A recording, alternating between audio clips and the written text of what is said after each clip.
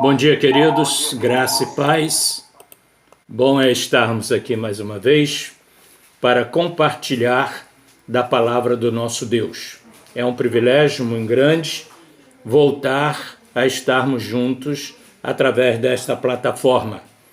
E eu quero hoje voltar ao tema da justificação. E nós vamos buscar trazer para a nossa memória esse tema que é muito importante, sem o qual nós não alcançamos a salvação da nossa alma, bem assim o perdão dos nossos pecados. E hoje eu quero pensar, analisar com você que a justificação é um ato exclusivo da justiça de Deus. Ato exclusivo da justiça de Deus. E para isto, nós vamos voltar ao livro de Romanos capítulo de número 3, e leremos os versículos 21 a 23. Romanos, capítulo 3, versículos 21 a 23. Texto que nos justifica que a justificação é um ato exclusivo da justiça de Deus. E assim, por inspiração, o pastor Paulo, ou apóstolo, como alguns gostam que seja chamado, falou, registrou: mas agora, sem lei, se manifestou a justiça de Deus, testemunhada pela lei e pelos profetas. Justiça de Deus, mediante a fé em Jesus Cristo, para todos e sobre todos os que creem, porque não há distinção, pois todos pecaram e carecem da glória de Deus.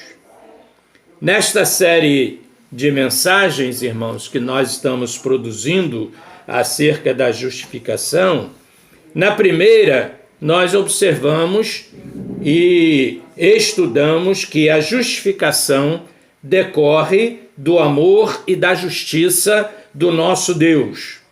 Na segunda, nós pensamos sobre a justificação sendo um ato decorrente exclusivamente do amor de Deus. Hoje, nesta terceira mensagem, nesse terceiro estudo, quero pensar com você que a justificação é um ato exclusivo da justiça de Deus que se apresenta em dois aspectos. A justiça de Deus se apresenta em dois aspectos que são fundamentais. Hoje, devido ao tempo, nós veremos apenas esta primeira parte, de qual só Deus possui esta justiça que é suficiente e consistente em tudo o que Ele é. Repetindo, para nossa maior e melhor compreensão, só Deus possui esta justiça que é suficiente e consistente em tudo o que Ele é. Qual é a justificativa, pastor? A carta aos Romanos, capítulo 3, no versículo de número 5, quando Paulo faz aí um contraste entre a justiça do homem e a justiça do próprio Deus. Ele diz assim, no versículo 5, capítulo 3 de Romanos: mas se a nossa injustiça traz a lume a justiça de Deus, que diremos? Que diremos? Porventura será Deus injusto por aplicar a sua ira? E aí ele coloca entre parênteses, destacando o porquê que pensa assim, dizendo: falo como homem. O que nós, irmãos, podemos falar como homens, ao exemplo de Paulo, acerca da justiça de Deus que é aplicada a partir dele mesmo em todos os seus atos, em todas as suas atitudes? O que eu posso dizer? Que Deus seria injusto em trazer a lume, trazer agora à luz a sua própria justiça?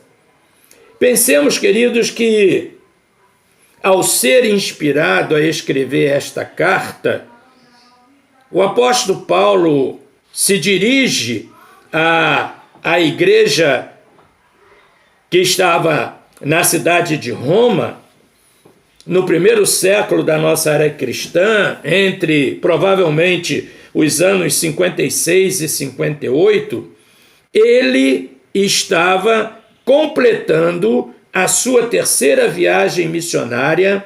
Ele estava na cidade de Corinto, na Grécia, naquele tempo, após visitar Israel, preparando-se para o seu objetivo final, que era chegar a Roma, o centro de um dos maiores impérios e domínios que o mundo conhecera, portanto também cruel, com cerca de 1 milhão de habitantes, que na visão missionária do pastor Paulo carecia conhecer de fato o Evangelho, mas que devido aos costumes religiosos que imperava naquela região, implantada pelo farisaísmo dos judeus, rejeitava o evangelho trazido por nosso Senhor e Salvador Jesus Cristo, que fora crucificado por este império em Jerusalém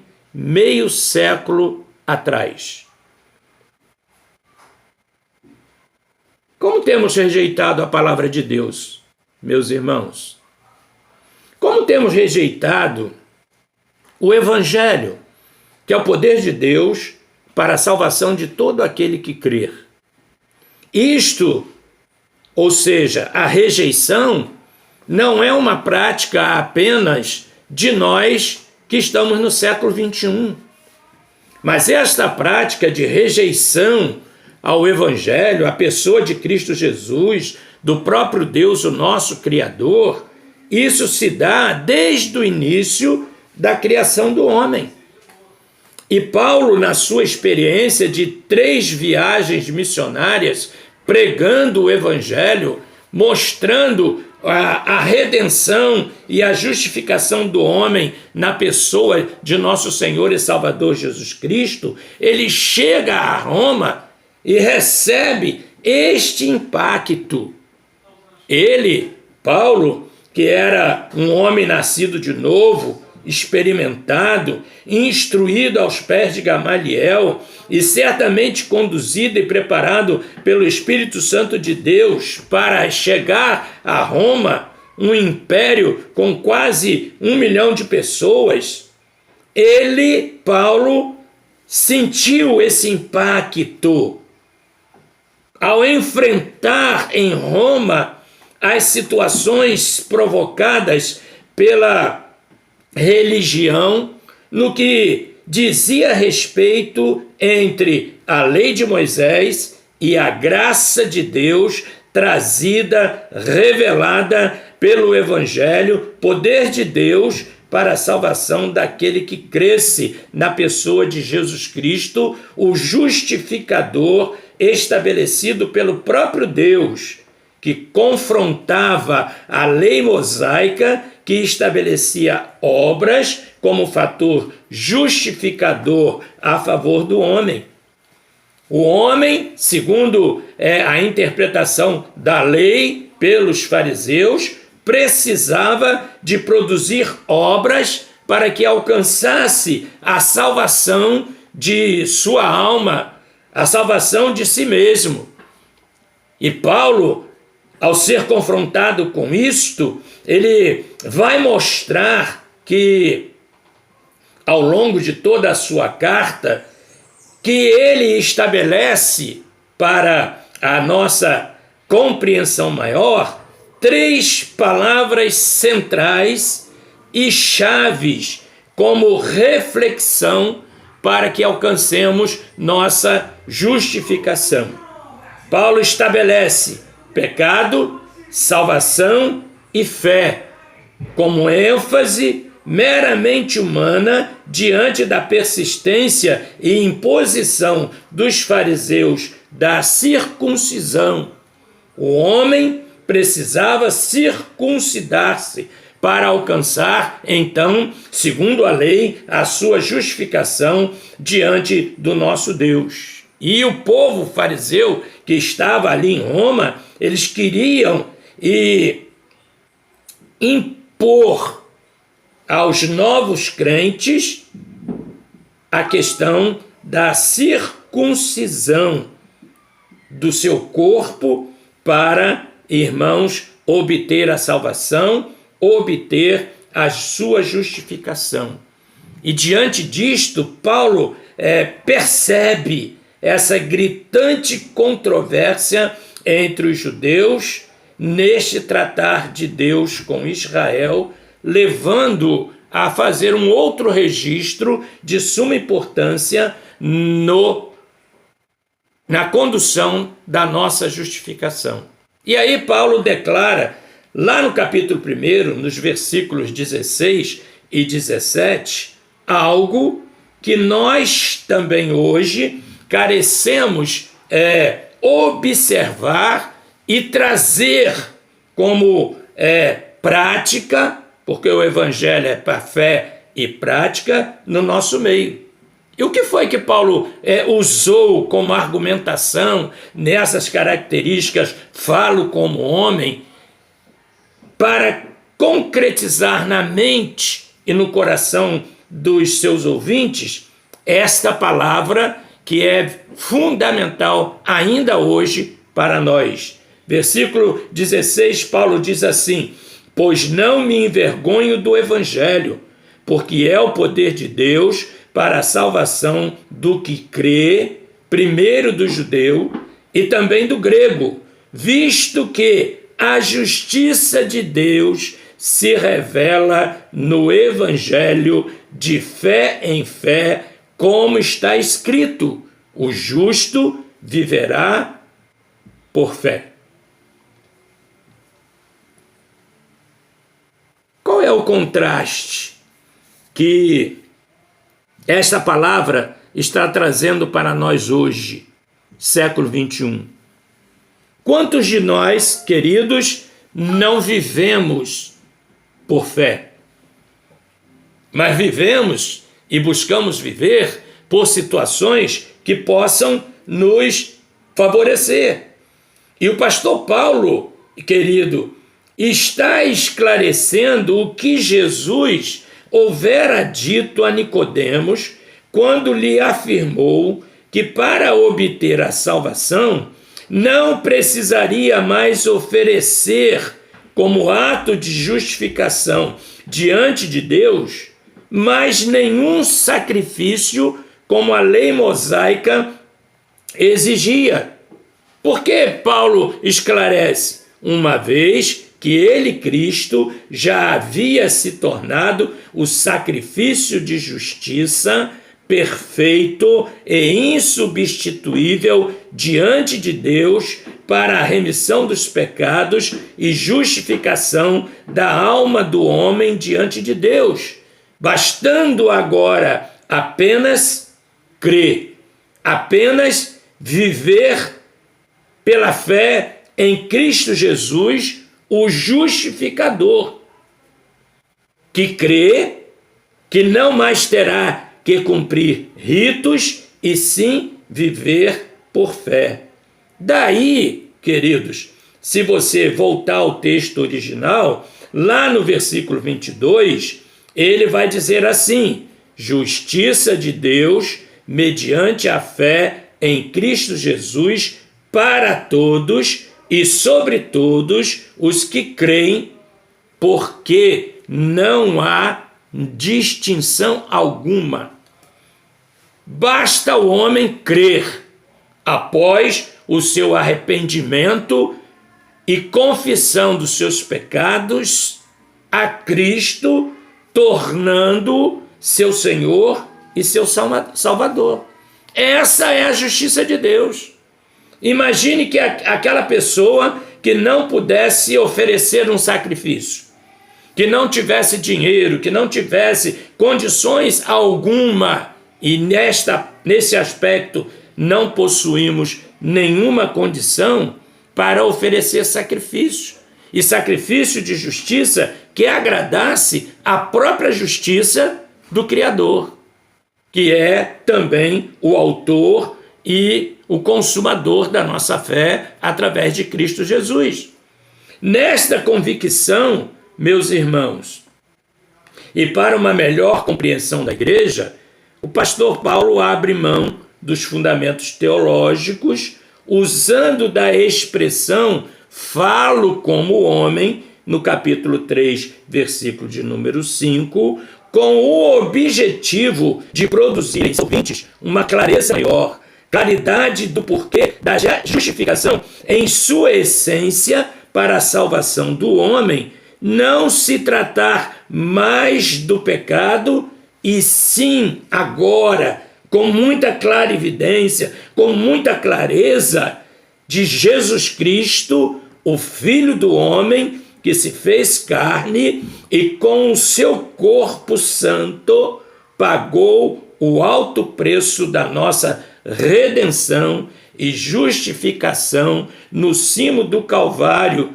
bradando ao Pai: perdoa-lhes, porque não sabem o que fazem, que se tornou em toda a história da humanidade, meus irmãos, meus amigos, o maior ato de justiça, pois justificou o homem diante da única e verdadeira justiça, que estava agora se manifestando de uma forma muito mais evidente e clara ao próprio homem, diante da sua própria injustiça. O homem não tem em si justiça, porém injustiça, onde clareou e trouxe para nós a visão real do que seja a justiça do próprio Deus. Daí, queridos, não se poder admitir dúvidas hoje. Não podemos, o crente não pode ter dúvidas acerca da sua justificação diante de Deus. Como houvera lá no primeiro século, na igreja em Roma, uma vez, Paulo agora, inspirado pelo Espírito Santo, elucidar por intermédio da figura de linguagem que ele utiliza neste ensinamento, falo como homem. Paulo esquecera um pouquinho a sua formação teológica, a sua formação bíblica, a sua formação doutrinária, e dá a sua opinião como homem. Como que nós estamos manifestando, irmãos, a nossa opinião, o caráter do nosso entendimento diante da justificação? Prestemos atenção que, ao assim se expressar, ou seja, falo como homem, Paulo esclarece e consolida na mente e no coração do homem que, a partir do sacrifício de Jesus, o Filho do homem que se fez carne e habitou entre nós, a lei mosaica recebe então uma nova diretriz, que a justiça para a salvação e justificação da alma do homem agora passa a ser na vida do homem exclusivamente pela habitação do Espírito Santo e não mais por se seguir ou observar os aspectos da lei religiosa. Por isso, Tiago, trabalhando essa questão, ele vai dizer que a religião pura e verdadeira para com o Senhor nosso Deus não são as obras, mas sim o homem guardar-se incontaminado das coisas deste próprio mundo, ou seja, do seu próprio mundo humano criado e estabelecido nos seus próprios atos de injustiça. Daí é de fundamental importância, queridos, que a justificação da alma humana, e é preciso que isso seja observado e exercido como fé, somente é alcançada quando este homem se submete aos atos que a justiça de Deus determina, sendo a fé um destes atos. Justificados, pois, mediante a fé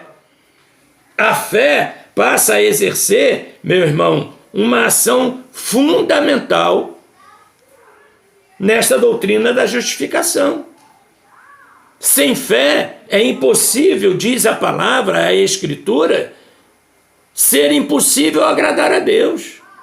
Sem fé é impossível se ver o próprio Deus.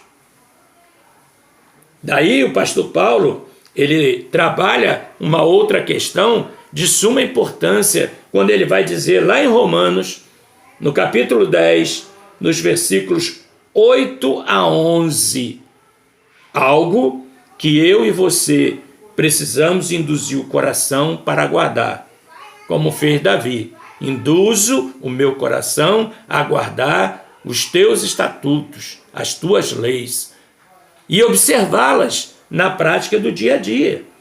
O que o pastor Paulo diz? Versículo 8. Porém, que se diz? A palavra está perto de ti, na tua boca e no teu coração, isto é, a palavra da fé que pregamos. A fé que pregamos. Assim como ele, Paulo, pregava, eu e você pregamos. Precisamos não só pregar, mas testemunhar. E do que nós estamos pregando e testemunhando também nesta hora? Aí ele fala no versículo de número 9: se com tua boca confessares a Jesus como Senhor, e em teu coração creres que Deus o ressuscitou dentre os mortos, serás salvo. E isto vem, querido, pelo crer, que é extensão da fé. A fé me leva a crer. E crer em quê? Ou em quem? Na pessoa de nosso Senhor e Salvador Jesus Cristo. Ato de justiça de Deus. Jesus é ato da justiça de Deus. E ele explica, ele mostra para nós o porquê que ele está dizendo assim: se com tua boca confessares a Jesus como Senhor e em teu coração creres que Deus o ressuscitou dentre os mortos, será salvo. Olha o versículo de número 10, o que confirma essa palavra, essa expressão de fé no ato de justiça de Deus para conosco. Ele diz: porque com o coração se crê para a justiça. Com o coração se crê para a justiça. E com a boca se confessa a respeito da salvação. O que vai te justificar é o teu ato de crer, de confiar, de exercer fé. E aí no versículo 11 ele completa dizendo: porquanto a Escritura diz. O que a palavra de Deus diz? Todo aquele que nele crê não será confundido. A justificação, ato de se crer, exercício de fé, quando observado por Deus em nosso coração, ele, Deus, não se confunde. Como você recebe essa palavra nesta manhã, querido, de confusão? Estaremos nós confundidos diante de Deus? Será que a sua palavra nesta manhã a respeito da justificação não tem trazido confusão a nós?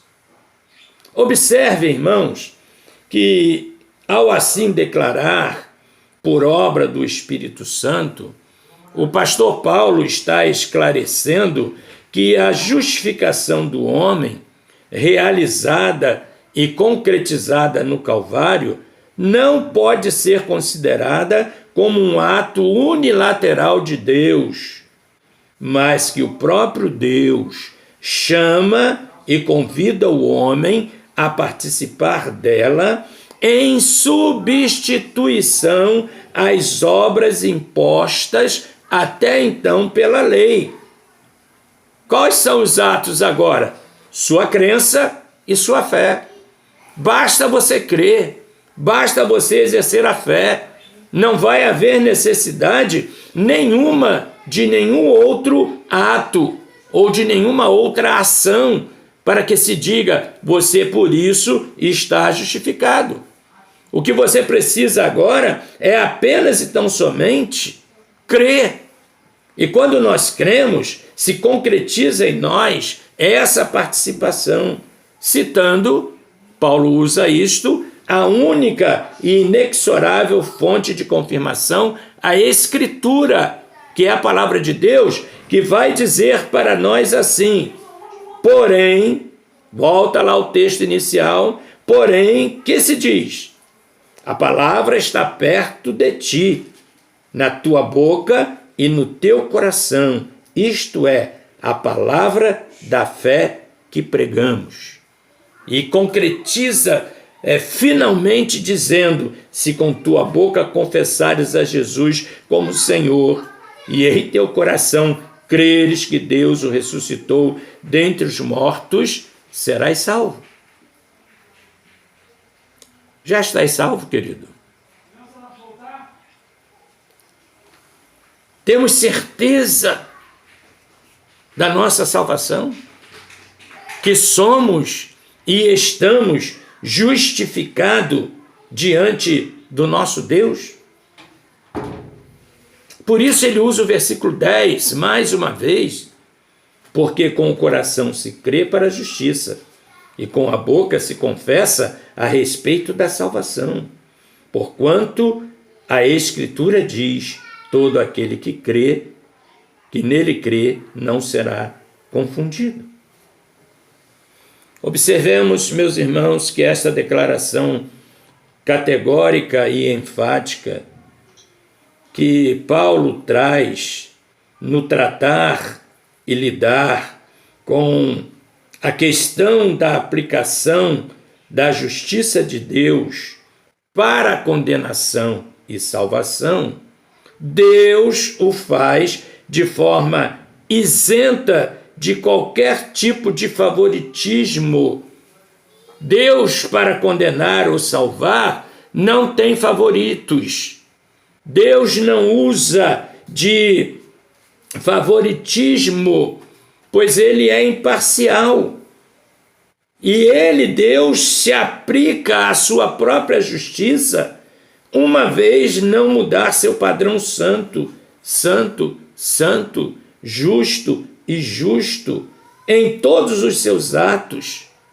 Para isto, para que você não tenha dúvida, olhe para o Calvário e ouça as palavras de seu Filho unigênito, Jesus Cristo, quando recebe sobre ele o meu e o seu pecado.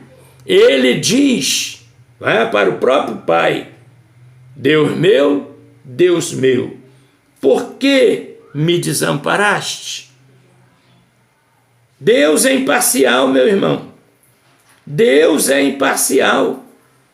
Ele aplica isto ao próprio Filho. Deus meu, por que me desamparaste? E o pastor Paulo, meu irmão, ainda vai nos esclarecer mais quando ele, no capítulo 2, nos versículos 28 e 29, concretiza esta sua argumentação, esse seu parecer, falo como homem. Lá no versículo 28 do capítulo 2, ele diz assim: porque não é judeu quem o é apenas exteriormente. A lei mosaica trazia na circuncisão um ato exterior. Por isso ele está falando para judeu e está falando também para o grego. Porque não basta apenas um ato exterior. Nem é circuncisão a que é somente na carne. E às vezes nós estamos vivendo apenas na nossa carnalidade. No versículo 29 ele diz assim: porém, judeu é aquele que o é interiormente. É no coração, onde a fé é exercida. É no coração.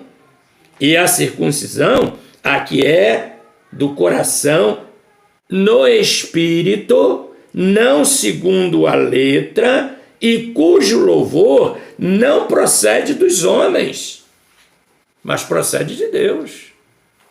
O louvor da minha salvação, da minha justificação, não procede de mim mesmo, não procede dos meus atos, mas procede de Deus. Porque foi Deus quem tomou a iniciativa, foi Deus quem tomou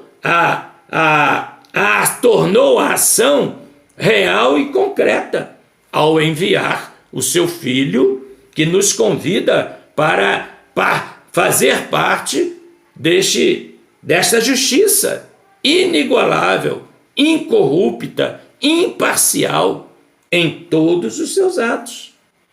Por isso pensemos que quando o pastor Paulo assim procede, ele vai trazer para nós uma outra compreensão, que é no sentido de que nós precisamos alcançar.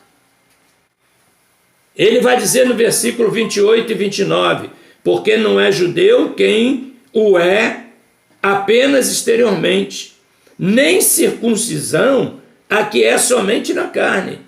Porém, judeu é aquele que o é interiormente, e circuncisão a que é do coração, no espírito, não segundo a letra, e cujo louvor não procede dos homens, mas de Deus. Quando Paulo assim se refere a judeu, meu irmão, ele o faz também na relação ao significado da palavra judeu, que traz a compreensão de louvado ou objeto de louvor. Quando você se depara com o termo judeu, você não deve apenas e tão somente pensar na figura do homem nascido em Israel, o judeu, mas também pensar no significado do que é judeu. E judeu traz na sua significação alguém que é louvado ou objeto de louvor, ressaltando, observe o que Paulo ressalta, que esta significação só possui de fato valor quando procede de Deus. A justificação do homem possui valor, meu irmão, porque procede de Deus. não procede, não é decorrente dos meus e dos seus atos de justiça. Por isso, pensemos com muita alegria no porquê que Deus tem nos falado hoje, nesse século 21, onde as coisas dele são muito relativizadas, na importância da justificação, que traz para nós o conhecimento, o entendimento de que o valor procede de Deus, uma solene advertência contra a nossa presunção humana em confiar em sua própria justiça, bem assim na confiança do formalismo religioso imperante em alguns que basta apenas se batizar e participar da ceia do Senhor como garantia em si mesmos para a salvação dos que a recebem. Cuidado, querido. E aí eu uso no fechamento desta primeira parte sobre a justificação, um ato exclusivo da justiça de Deus, usando as palavras do próprio Senhor Jesus Cristo, quando ele diz assim: cuidado, cuidado que ninguém vos engane.